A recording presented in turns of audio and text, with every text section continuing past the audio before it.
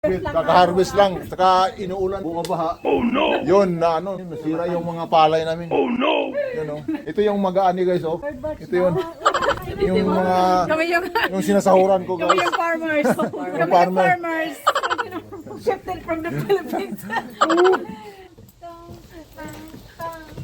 Dapat yung nagka-clap tayo, di ba yung gano'n? Di ba may gano'n na reels? Nagka-clap. Ay, hindi dapat yun, hindi na gano'n sa ano pa? Nako, pahirapan naman ito ah. Sorry mo taas to ah.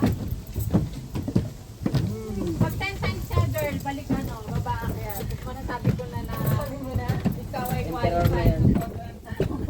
Pwede ka ng emperor ka na. Ano yung mga RP? Beauty. Dito ah, mountain kasi ano. Wow, awesome.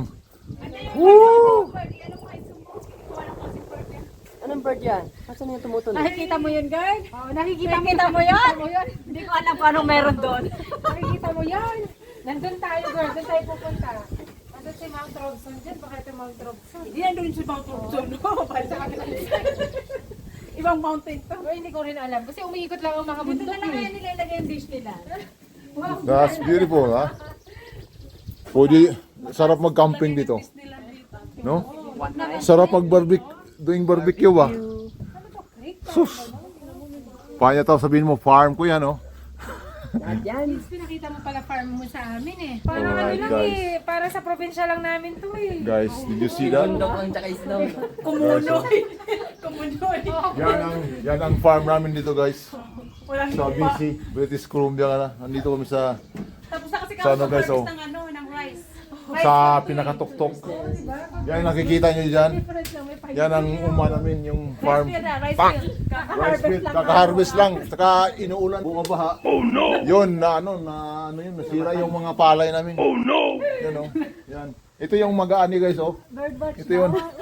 Yung mga, Kami yung sinasahuran ko kami guys. yung farmers. Kami yung farmer. farmers.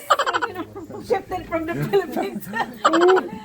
Nandito kami sa, ano, yan, oh. Ay, anong tawag dito? Temporary foreign worker.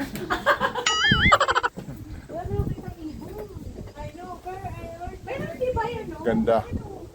Ganda guys dito, parang ano, so relaxing. Kita nyo yung mountain. This is part from Valemount, small village in British Columbia called Valemount Village. Beautiful place. If you want a relaxing place, come here at Valemount. Valemount. All right. Beauty.